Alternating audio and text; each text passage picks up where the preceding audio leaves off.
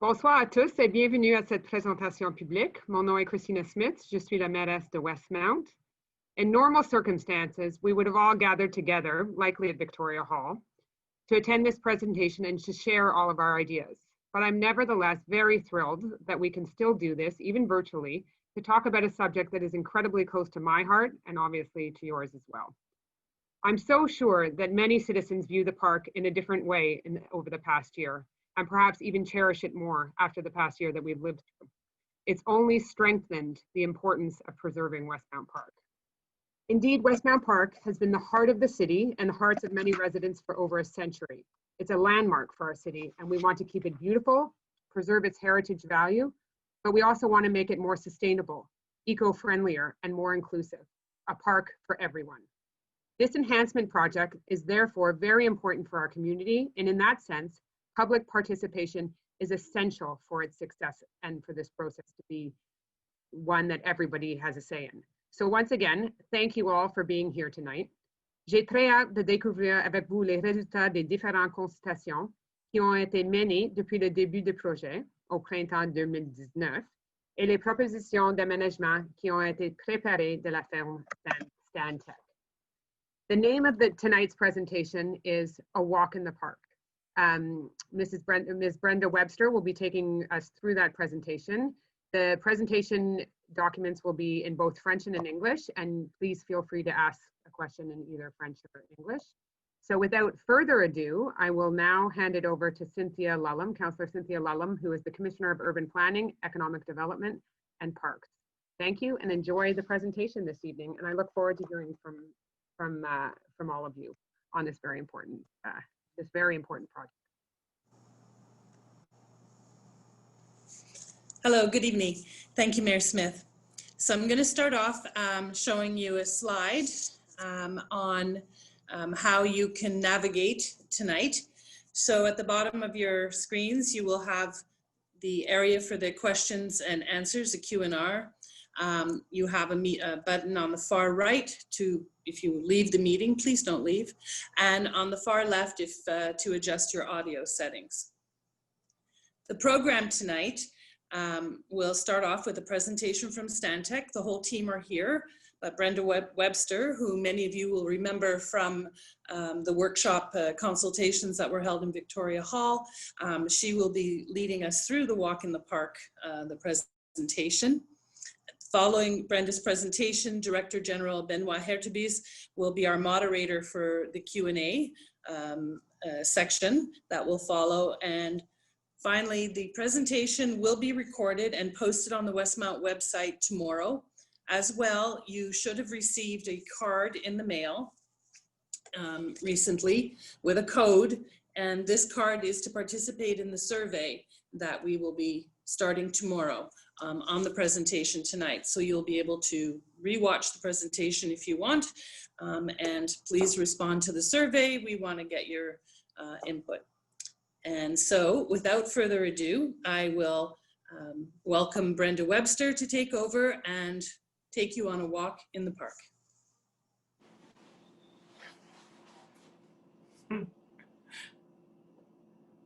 Welcome, everybody. I see a picture of the Queen on the screen. I'm not sure why, but I assume that you can see me. So this evening, I'm so excited to present to you the results of all your input and our work with the City of Westmount, and of course, our work with all of you in preparing this tonight. And this park is extremely close to my heart as well. For those of you who came to Victoria Hall, you might remember that I indeed grew up playing in this park, as probably the rest of you and many of you. And to see that I'm able to make an imprint on this park, you know, at this time is a real full circle opportunity to bring design skills and engagement skills with my partners. So, next slide. So as you know, also from previous meetings, if you were able to attend them, Stantec is quite an amazing company. It's a true Canadian story, founded in the mid-50s. And now we are 22,000 strong. And we have over 25 offices in the province of Quebec alone. And we work in architecture, landscape architecture, and all the stuff you don't see, the infrastructure that makes those buildings and those you know, landscapes particularly wonderful. Andrea Rata is our lead landscape architect. He's here with us tonight, and myself with Urban Places.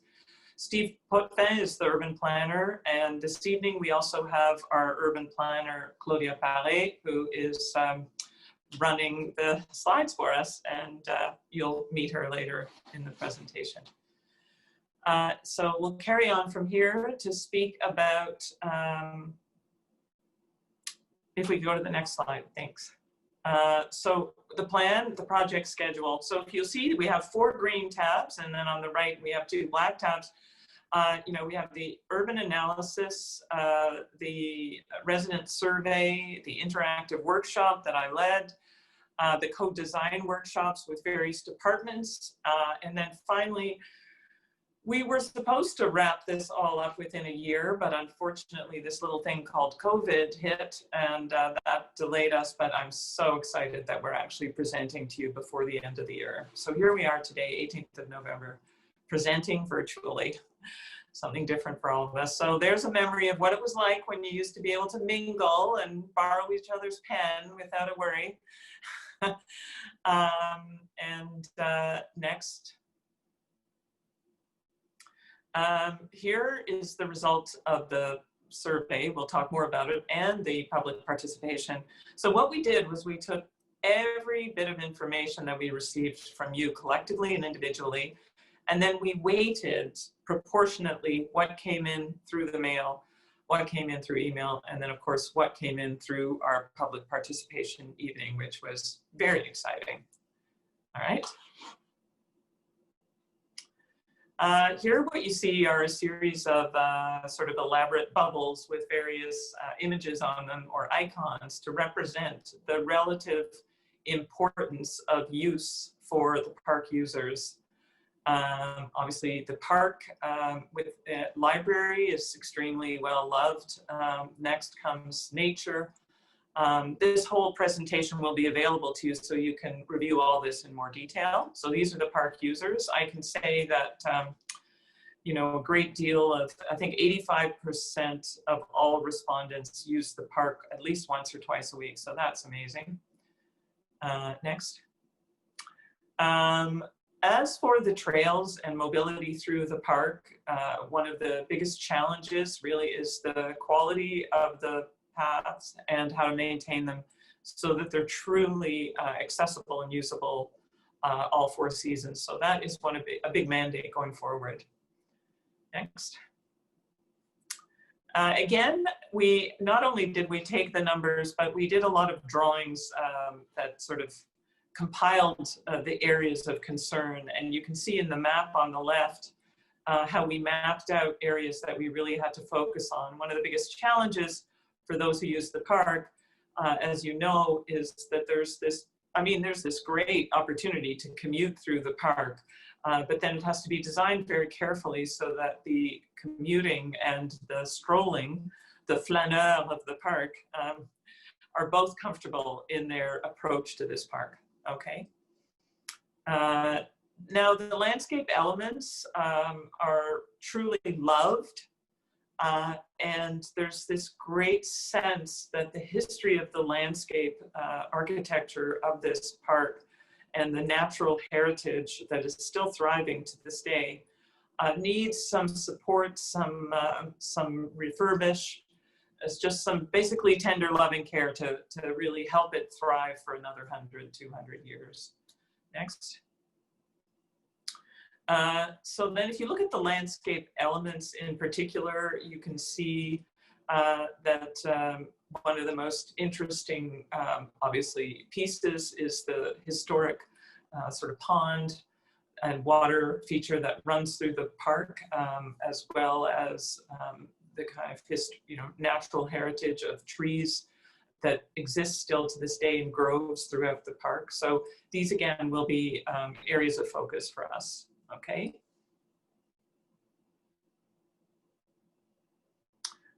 Children's equipment, we had some survey comments, and we had a young person, even though it was late at night, come out to the participatory workshop. Despite high traffic, there was a great appreciation for all this play center equipment, and a desire for more swings, a desire for more interaction, a desire for increase in opportunities for programmed and non-programmed play, and pretty excited to show you the playground that we are proposing, which responds to many of these questions. Sports amenities, only about 13% of the weighted comments talked about sports facilities. Of course, 13% is still a significant number. And everybody's, of course, very satisfied with the leisure center. It's more about how the outdoor activities can kind of dovetail with everything that's already offered indoors, and also dovetail with the sort of less programmed elements, how they can, various outdoor rooms can kind of sit comfortably next to each other, okay? Now, the street furniture or the park furniture is varied. Again, it's very much appreciated, but there's a definite across the board of the sort of 13% representative of those who cared about this topic as their number one concern was that there needed to be more continuity. You can see in these images, there's a great deal of sort of variety, inconsistency, if you will, and how could there be a kind of integration so that, it's almost like, okay, I know I'm at City of Westmount Park now because I'm sitting on this particular bench, and so on and so forth. Okay. Then various other concerns were grouped together. They had a total weighting of 12%, and they actually relate to some of the topics I already brought up. So whether we're talking about play equipment or trails or pathways or the pond, there's a general understanding that we really need to focus on maintenance and the sort of 12-month approach. It's not that everything has to be completely manicured for 12 months, but it has to be available and a great deal of opportunity. Okay. So what were the outcomes of the urban analysis? Well, adapt the park to meet the needs of future generations, make sure it's diverse, safe, comfortable, and reinforce its truly authentic role. I have to say, Westmount Park, having studied so many parks since having played in that park, it is a rarity to have a park that is almost like a town square in that it is surrounded by so many civic buildings. School to the south, Y to the north, library to the west, the greenhouse, it is truly exceptional. Victoria Hall, the way it really is the heart of, again, public institutions that surround it. So that's quite amazing. All right, next.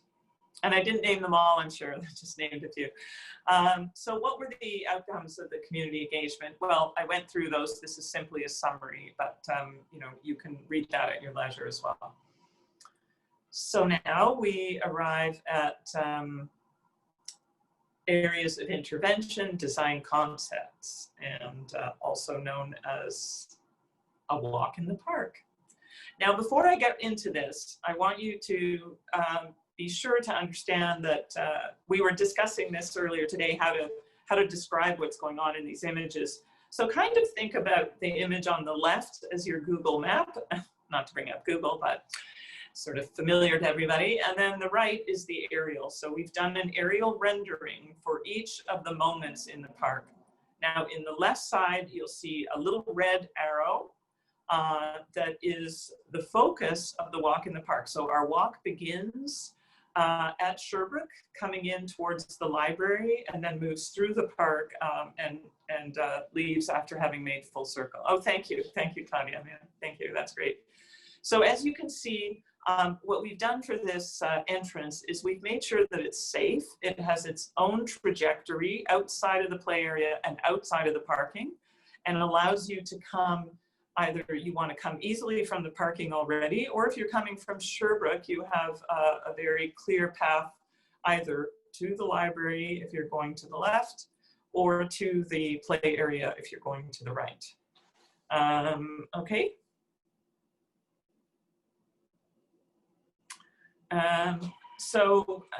Once we get through to this is one of my favorite parts of the park, and the red sort of semicircle, excuse me, represents a new piece for the park, which is this significant footbridge. It's very light and airy in its aspect, and it sort of reminds one of the very early historic bridges that existed in the park, made of simple twigs.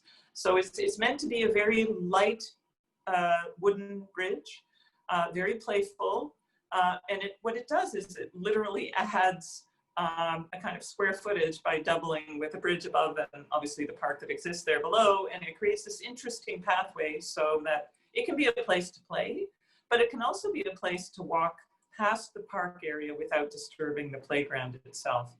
So it has multiple purposes, and that footbridge will be a very exciting thing to get involved in as we move to the next stage. Okay. The next piece that we're looking at, as you can see now, we've come back to the original first path from Sherbrooke, and we're connecting on a winding trail beside the pond. And this is, it's already used as a shortcut, so we're just kind of authenticating that and making it official. It oscillates between mature trees, so one of our very important mandates, both from the city and you know, something that we completely support and agree with, is that, you know, all those trees stay, and if we need to walk, we make a winding path around those trees. It actually makes the walk more enjoyable and more exciting, and at the same time elongates the walk and allows you to stroll through as you head towards Lansdowne Lane. Okay.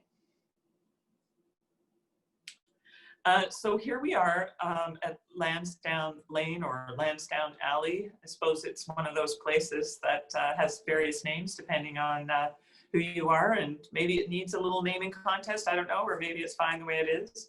But basically between the church and the tennis courts, it will be paved in the same way as many of the other park trails, and properly maintained. And this creates a kind of a north-south axis that connects to the very well-used and well-loved east-west axis for commuters going through the edge of the southern edge of the park, north of the soccer pitch. Okay. This is a really fun exercise. Now you see the red path is now south of the commuter trail, and it's entering into this playful area that has sort of adult areas, childlike areas, seating for the cafe, these kind of loops or circles that integrate with each other and also create Venn diagrams of sorts. It's a kind of roof of recreation that goes with the recreation center below. And also there are parts of it that really are building on the ecological qualities. So there's potential, for instance, to create a wildflower garden that attracts the bees and the butterflies that are so important and integral to our ecosystem, and offering them a moment to thrive, and a great moment for us at the cafe and elsewhere to enjoy watching that natural life. Okay. And here we are now. Look to the left again, and you can see now we're taking the pathway from the community center and back out north of the commuter path to the pond again. And again, making sure that this pond, so this is a new path. The current path is dangerous, too close to the edge, in poor condition. And because it's used as the main loop, we felt it was important that the path be inserted between the existing trees and so that you get the shade in the summer, and you get an opportunity to truly enjoy the trees on both sides. You still get glimpses of the pond without eroding the shoreline. As you can see, everything that we've been talking about so far this evening is really will be newly inserted, but at the same time is working with the language of the park, focusing on the ideal feeling that we hope everybody will have when this park is completed. Is it just feels better. It feels very authentic, very much the Westmount Park we all love, and it's just refreshed, revived, and can keep going for so many generations in the future to enjoy. Entertainment and outdoor exercise, entraînement, entertainment. So look to the left again, and you'll see where we are in the pathway. We've come around from the water's edge, and we're now in the outdoor exercise area. We know that this also needs some improvement and some equipment that is redesigned to have more organic curves. Again, being more authentic than it is today, potentially, to the nature of the park, to the soul and qualities that the park has managed to maintain for so long, and that were no doubt embedded in the original landscape architect's desires for this park that we truly wish to carry on well into the future. Okay. Now here's the Melville Entrance. This was a really fun moment to design because it was a difficult problem to solve. So we wanted to be able to maintain the opportunity for people cycling along Melville to get to their destination and to encourage active transportation, obviously, as a great mode of travel, especially in Montreal because there's so many trails. And at the same time, allow people who are walking, ambling, moving slower with young children or with strollers or with walkers, that there is this alternate pathway that winds gently to sort of away from the sort of busyness and speed of the cycling path and rises up a little bit so that it creates this new horizon line that allows you to look south or north from a really good vantage point. This does two things. You could sit there and watch a soccer game or sit on the other side and watch the cyclists go by. But it also is the moment where you arrive at the park and can look around. You kind of have an oversight of the park and decide where you want to go. You get a good vantage point of the bridge over by the play area or the library or the bee and butterfly ecosystem by the pond, south of the pond. So it just kind of gives you a kind of overview of all the sort of potential sort of outdoor rooms that this beautiful park has to offer. Okay.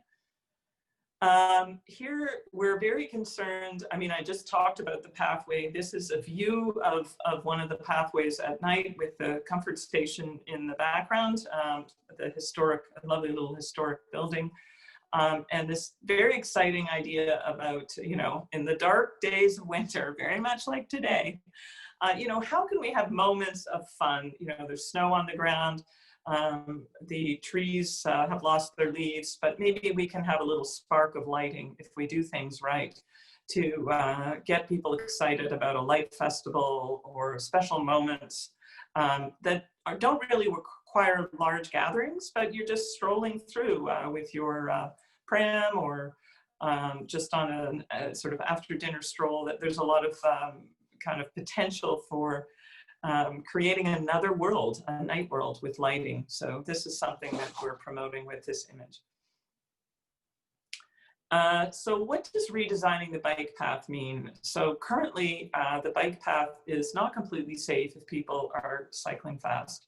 So our proposition here is to widen the path and have clear indication where we cycle and where we walk. Again, so there's this opportunity to stroll, and then the paving changes texture and color at moments when we cross over the bike trail. So I hope these drawings are clear. If they need further explanation, we can do so. All right.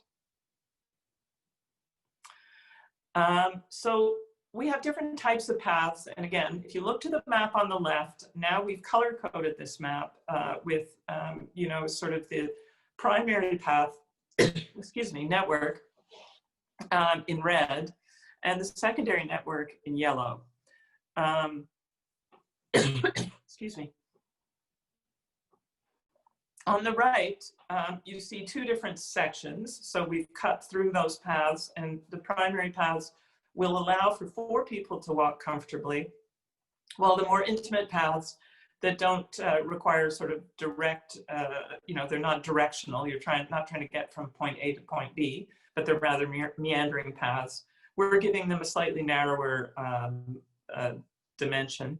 And we see both these paths having different characters. They'll be designed differently in terms of the quality of the paving underfoot, recognizing the amount of wear and tear they might get. These map on the left may also be used in the future as a kind of almost like a maintenance, like you'll take the map out and you know that the red paths are absolutely essential in all times of the year, maybe the yellow ones, not so much. I mean, that's something to be decided at a future date, but by setting prioritization for the pathways, we clarify their purpose and how they might be used and their qualities going forward.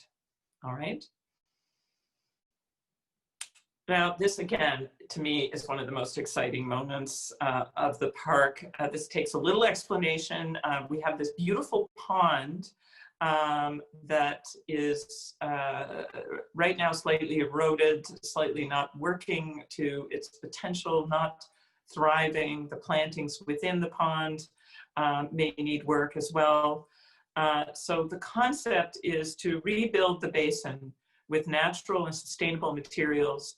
And what you see in this diagram is what is sometimes referred to as a closed loop. Actually, I mean, it happens naturally in a lot of places, but here we give it an extra pump because this is a large park. So it waters, you know, it rains, and the rain goes down into a series of pipes that then are contained in a reservoir below the park. And then that water gets pumped up to the pond as needed, and also to irrigation systems as needed. Currently, water is brought in for irrigation, and by doing this, we are really moving a step forward in terms of resilience, in terms of sustainability. From a sustainability point of view, it's a closed loop, so we're using the rainwater to fully water the park. From a resilience perspective, what we're saying is we can calibrate the water. So if there's a lot of water, we can allow it to sit and store as opposed to sitting on the surface. And as it does today, occasionally flooding certain trails.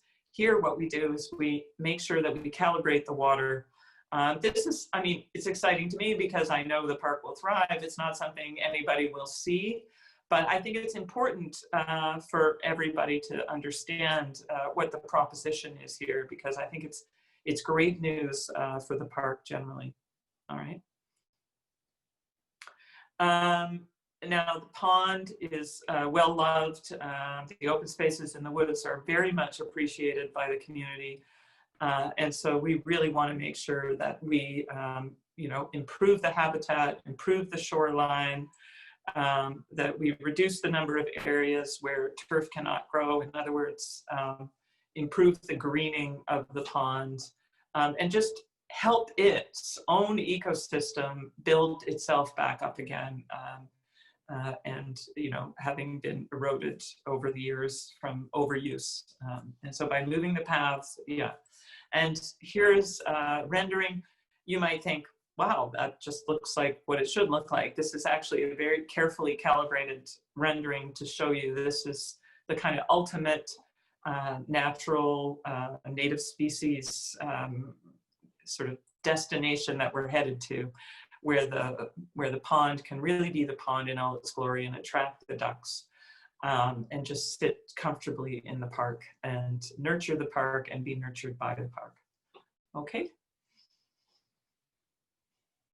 And here's a close-up of the event space. This is something that was we know that a lot of events are held right now in the park, and the opportunity here is to have a gazebo and an event space that is surrounded by woods and allows for setup to be easier, bring in, again, unseen but embedded event structure so that not so many event pieces have to be rolled in and rolled out, but have the lighting, have the electricity, have the water source there ready so that the event can happen. And now we have a beautiful rendering of some opportunity for an event.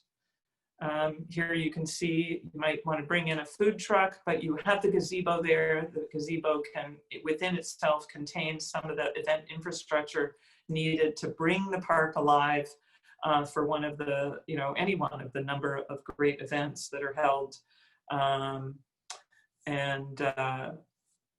Yeah, so the idea is a slightly new, larger gazebo with easy access to this really remarkable location within the park.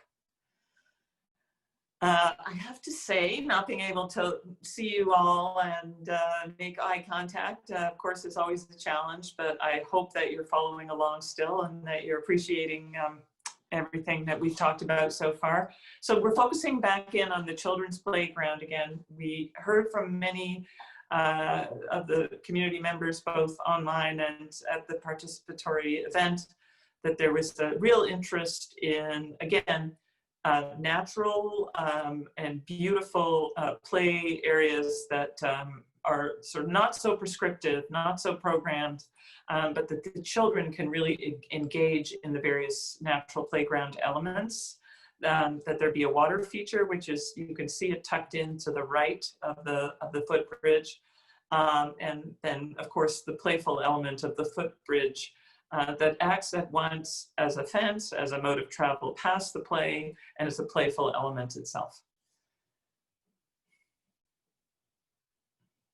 And here you can see the bridge in the background, children playing in the foreground. This is almost, we sort of imagine it as this playful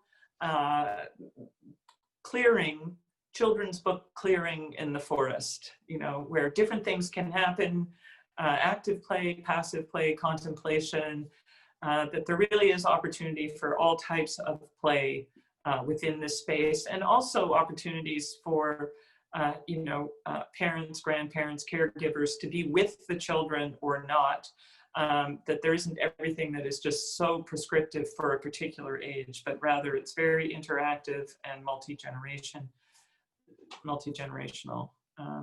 Yeah, I think that's all I wanted. Oh, and here's another great rendering with the, you can see the water feature on the other side of the bridge that I pointed out in the map earlier.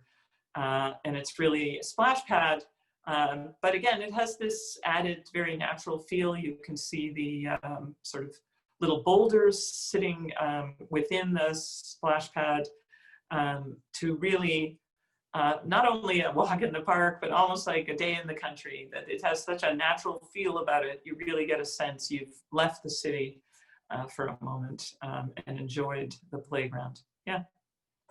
So that's what I wanted to say about that. Now we're moving on to the next feature, which is another entrance to the park. So now our walk in the park has kind of come full circle, and we're exiting again back at Sherbrooke Street. And this particular feature is truly a nod to the pond that used to be here, which was the sailing pond. It's right at the corner. It's easy to walk around. There are paths around it, or you can walk through. But it is, again, a kind of splash pad water feature, a great deal of fun, and it's a nod to the sailboats, as you'll see in the rendering that takes you back to eye level.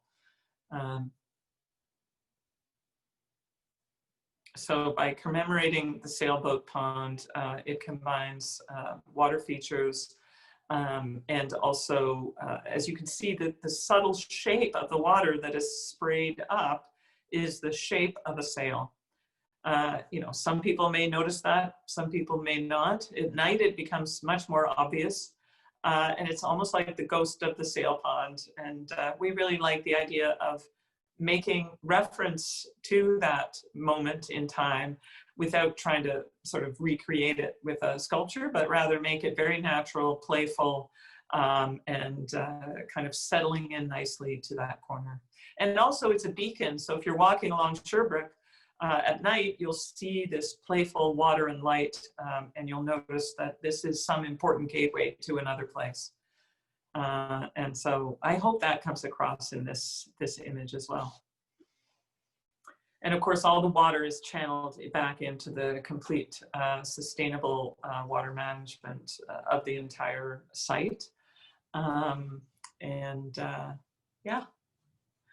So I know I went through all this very quickly, maybe because I was super excited to share all the different pieces with you. So we can always go back to the beginning if you have particular questions. We can slow down on any one of the renderings. We can bring others in to speak about the landscape ideas. And now over to our moderator, Mr. Urtubise. Okay, well, thank you very much, Brenda, for this nice presentation. So there's a lot of coverage in there. And again, we will be posting all that information on our website tomorrow, the presentation itself, with the slides.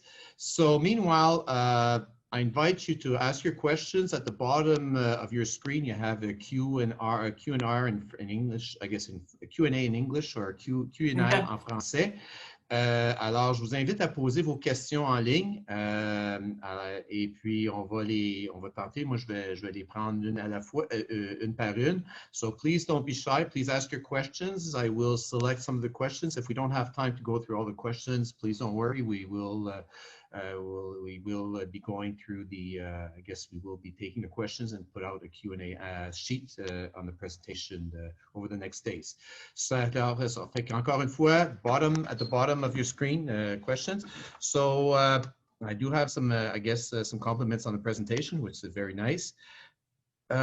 So just to start off with, I guess I'm just going through the questions right now here to start off with. Mr. Whitehouse asking, will there be any removal of the excessive concrete put in the 70s in some of the areas? Because I know there's a lot of concrete in the park. So I don't know, Brenda, if you want to go ahead and answer that one. I think particularly in the sort of the adult exercise area, I think we talked about that. We definitely are trying to, as a general sort of practice throughout the park, make it more permeable. In other words, allow more areas of the park to let water into the soil and into the sort of water retainment system. So I would say yes, in one word, yes. Okay, and talking, there's a lot of interest on, see a lot of questions on the pond. Quite a few of you have asked some questions, very good questions on the pond. And so I'm just going to take one of the questions here. Mr. Whitehouse asking, can you describe how the pond will be in the 4 seasons and how the water will be retained and not drained away? And as there's algae and invertebrates in the water, it's all fundamental to ecology. So how will that all be preserved and how will be working in with the 4 seasons? So I will start. And then because we have our landscape architect, paysagiste, André Arata with us, who is the, mastermind for landscape. And as many of you may know, was also the restorer of the Beaver Lake. So he has great deep knowledge about how to make that work. Generally, I can say that when you develop the pond to become more natural, which we intend to do, it works its own magic. Also, it'll always be moving because remember, Claudia, maybe you could move us to that section where we show the water management. The water will be moving. It'll be going into the pond. The pond will have the ability to we're putting water into the pond, so there's that bit of motion, but also as the pond settles, we put more water in, there's a pump. So there's a lot of sort of continuous, the water circle of life literally going on in the park constantly, which isn't happening now. So that's a change that will help with the movement of water in the pond and the reduction of algae and so on and so forth. But now I'd like, with your permission, moderator, to ask. Yeah, Andre, too, yes, for sure, an expert. Yeah. So you want to pitch in, Andre? Yeah, I want to add a lot of things. Brenda, I've covered the main idea of the concept of recycling water. So what I want to do is just, recycle the water. I don't know how many times per day, but the idea is to create enough oxygen inside the water to keep, a good quality inside the pond. Of course, during the winter, everything going to be closed regarding the fact that the water will be frozen. There's no big deal about the quality, because the grass will keep a high quality of the water. So is it the first thing I thought? We also had different kind of plantation that can help to clarify, to raise the quality of the water for many reasons. Some plantation have the quality of filtration of sometimes just a possibility to create micro ecosystem inside the water. We all remove the concrete, so everything going to be more natural, and we will try to recreate a natural habitat for all the species, duck for sure, salamander, frog, name it. So all this Turtle, maybe? Yeah, this is not, yeah. So this is not a pond that is fed by the water coming from the watering system, and that right now, as you know, the pond is leaking, all that. So it's a natural habitat. So it's a whole different ballgame. Yeah, there's also presently many examples that the Minister of Transportation have done in the border of the highway, more specifically in Quebec City, because they have put maybe more energy, have more places to create capacity and retention with permanent water. So over there, you can see during winter, honestly, afin des neiges, and during summer, you have, mosquito and a lot of things, and the quality of water is pretty nice. There is no problem with algae or whatever. So because there's always a movement of water, everything is enough oxygenated, and because they have some plantation that help to oxygenate and purify, I would say, the water. So all this combination together will create a new natural pond for you. Mm-hmm. Yeah, I think to just follow up on Andre's point there, Andre knows enough about the plantings to make sure that he can landscape the edges of the pond and some maybe plants within the pond itself to keep it oxygenated. Yeah. Okay. Question, I guess we may not mention it, but I think it's very important, is the bridge and the play park, will they be wheelchair accessible? Go ahead, Brenda, no problem. Yeah, it is designed to a very low slope. And Andre, I don't know if you want to continue that, but I think it's like 3 degrees. So no, it's bad. For universal accessibility, the norm is 5% and lower. So I would say mainly all the pedestrian paths have been designed over a 2.5 degrees percentage of a slope. So exceptionally for the bridge, we have attained a percentage of 4.5%. We're still under, Still under the 5. No, because it's a long ride. We have to consider with the wheelchair. To push is a wheelchair or is a wheelchair. So, but everything has been designed always for accessibility. Yeah, for sure. Yeah, and that it includes the paths too. We have a question about the paths, how are they going to be designed for accessibility? So I guess it goes the same way. Yeah. Absolutely. Yeah. Okay. All right. So what type of material? I mean, we have a few questions about the material and all that. We have residents asking questions about what what is the surface compared to what it is today. What will be the surface that will be occupied by the paths, the new paths that are proposed? And also, do you have a question? What type of material are contemplating for the walkways, both main and secondary? So I'll just do the overview, which is that we are making sure that they're permeable. And of course, whether, you know, we've talked about different types of stone or crushed stone or various materials, and that's sort of in the next phase. But maybe Andre could just talk about options he's thinking about. Yeah, what we had in mind in this park is remove all the asphalt and concrete for sure. It don't respect the natural aspect of the park. So for sure, also, if you have in mind the universal accessibility for the path, we also remove the crushed stones. So we just move for natural stone.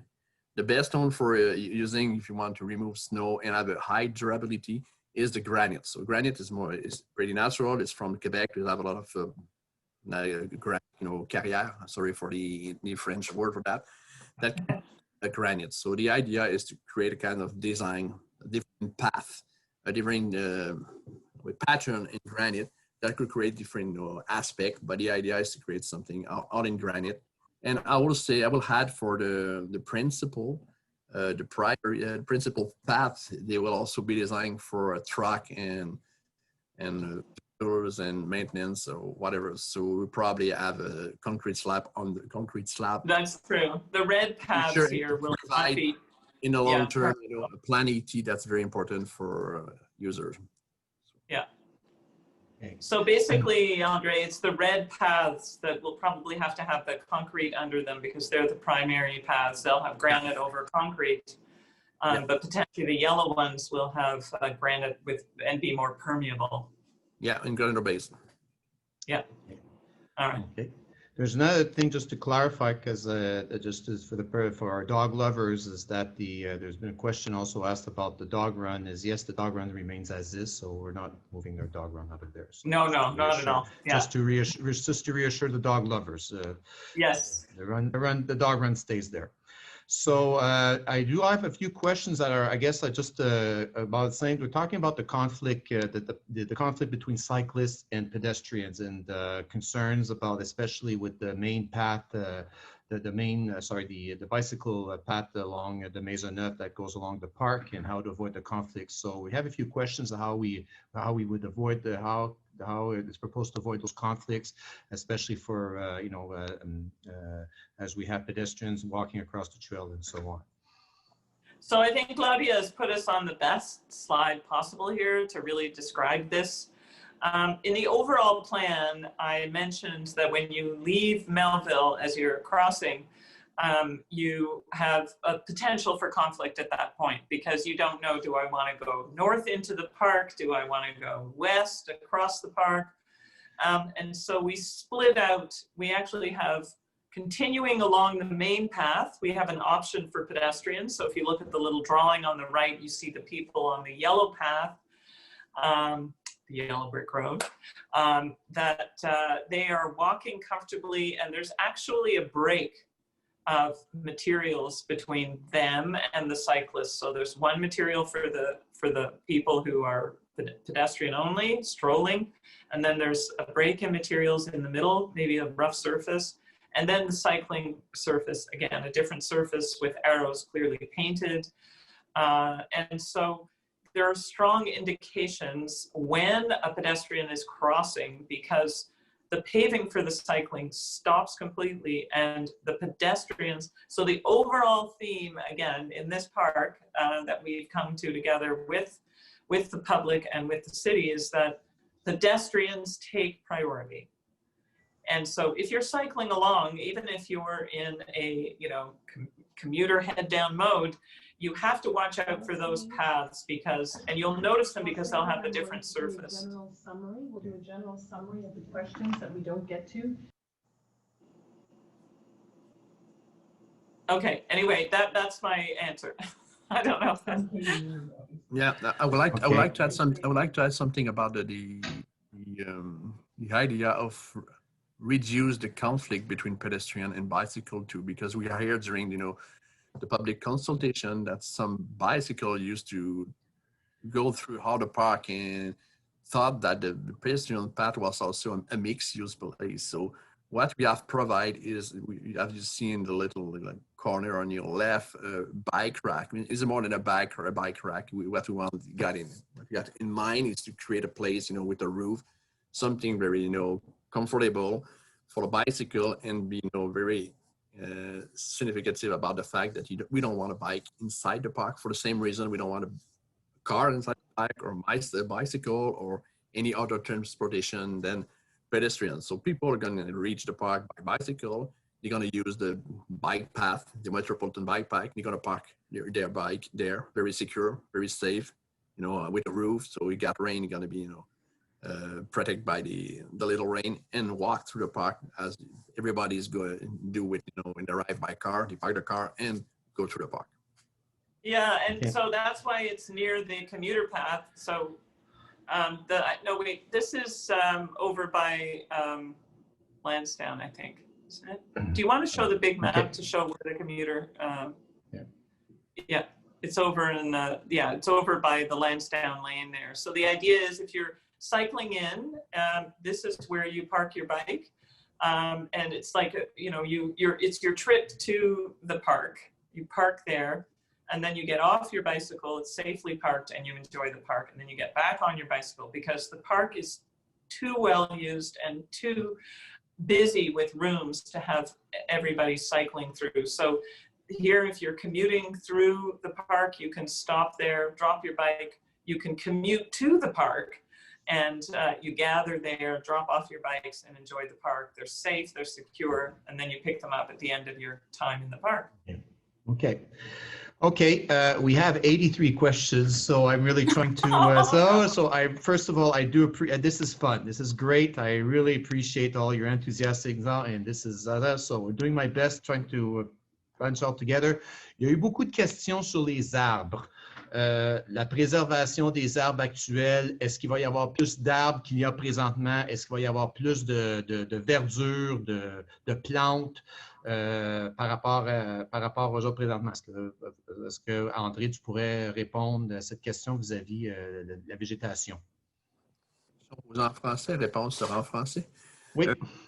Au niveau des végétations, on a tout fait pour ne pas couper aucun arbre, ça va de soi. Donc, c'est un des paramètres quand on parle de la qualité naturelle du Westmount Park. C'est entre autres sa canopée qui est là. Donc, oui, on la préserve. On ne vous ment pas qu'il y a peut-être quelques arbres qui devront être coupés, mais on va en rajouter plusieurs. Puis, on a aussi annoncé dans le plan directeur d'avoir un programme de renaturalisation. Parce que les arbres, vu que c'est comme n'importe quel élément naturel, a une durée de vie. On le voit présentement, certains sont matures, certains ont déjà passé le taux de maturité pour être en déclinaison. Donc, oui, il y a un plan de revitalisation. Et en ce qui concerne, est-ce qu'il va y avoir plus de plantations? Je pense que déjà, juste l'étang, le pond, illustre bien la volonté de venir renaturaliser davantage. Et l'ensemble des intersections ou les points d'accueil aussi, il y a quand même une générosité en plantation qui est faite à ce niveau-là, pour bien illustrer l'importance végétale puis l'importance aussi de la signature naturelle et horticole qui est présente à l'intérieur du parc. Okay. Bon, ça, il nous reste quelques minutes. Je vais prendre un sujet qui, I'm going to take one subject that many of you have asked, and it's regarding, sorry, what is it saying here? It's regarding the play fields, les fameux terrains de soccer. Il y a des questions have been asked about like how can we improve the quality of those fields, and we know that there's drainage problems and so on. So I don't know if you could add a little bit more, like in terms of what is proposed for improving the quality of those fields. So I'm going to start with general, and then I'll pass it on to Andre. So generally, as we pointed out, the entire park, the kind of overarching concept is, as Andre pointed out, as many trees, as protecting as many groves.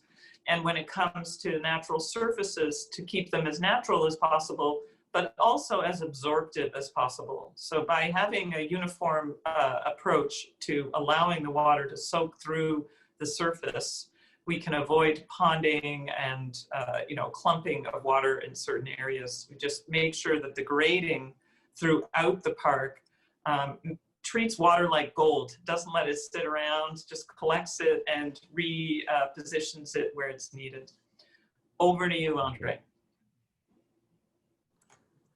So more technically, what we can do to improve the quality of a drainage for a sport field, football, soccer, or whatever, a natural sport field, we used to add, we call that, I hope that my translation will be nice, micro drainage. So what it means is we built a small trench in every, I would say in every 1 meters all across the field. So what it means, you just reinforce the quality of the drainage. That means also that we have to provide irrigation, because when we do that, we have a natural field that could be dry easily and fastly. So we have to provide water to be sure that we compense, we adjust, Compensate, c'est la même we mot. compensate between, the dryness created by the reinforced drainage and for sure the irrigation. But there's a lot of natural, we will say,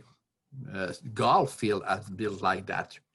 But what we have in mind, we kind of have to keep in mind, because it's natural, field, we have to schedule a certain quantity of your reserve per week is a restraint, because if you have overused your field, you will damage it for the rest of the season, because the grass on that don't have time to rebuild, this quality of growth. So it's a balance between the quality of turf and the needed about you, the user.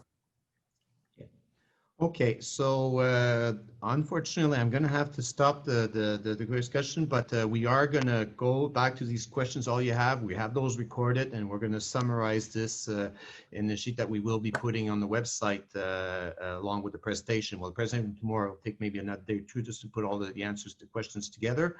But I'm really pleasantly surprised, I guess, very happy to see your interest in this. And as I said, we have over 86 questions right now. So big thank you for your enthusiasm, and I'm sure more will come. So I will just open. So thank you very much for the question. So I will just pass it on to Councillor Lullen to pass on to the next step, because I know there are some questions. I purposely passed them because this is the topic, our next topic coming up in terms of what will be the next steps. So I'll leave it up to Councillor Lullen. Okay, thank you. Our timeline is here at the top. We are doing the public presentation tonight. This will be followed by the survey. Then all those responses and comments will be taken into account. If things need to be modified, etc., that will be done. And then a final report will be submitted to council in late January 2021, I would add, not 2020. So that is the first part. From there, once council has accepted the report, then the next step will be to go out to tender to hire a landscape architect who will do the actual precise designs, etc. I would add that, and we have put money in the budget for that this year, next year, I'd say. I would also add that Stantec will also be giving us a cost breakdown with their plan in that report in January. So we'll have a better idea of the costs. When we embarked upon this project, we knew that, you can't tear up, and that's some of the questions I've been seeing. No, we can't tear up the park all at once. And so it will be done in stages. Obviously, the pond would have a large footprint and impact, and would probably be one of the first things we do because it requires the retention basin, etc. But then it would go from there. And the landscape architect firm that we would engage would be, doing the analysis and proposals for how to best stage that. As mentioned by Mr. Hertebis, we're going to take all your questions. I saw a lot of great questions and maybe some clarifications to explain the walking paths and the like.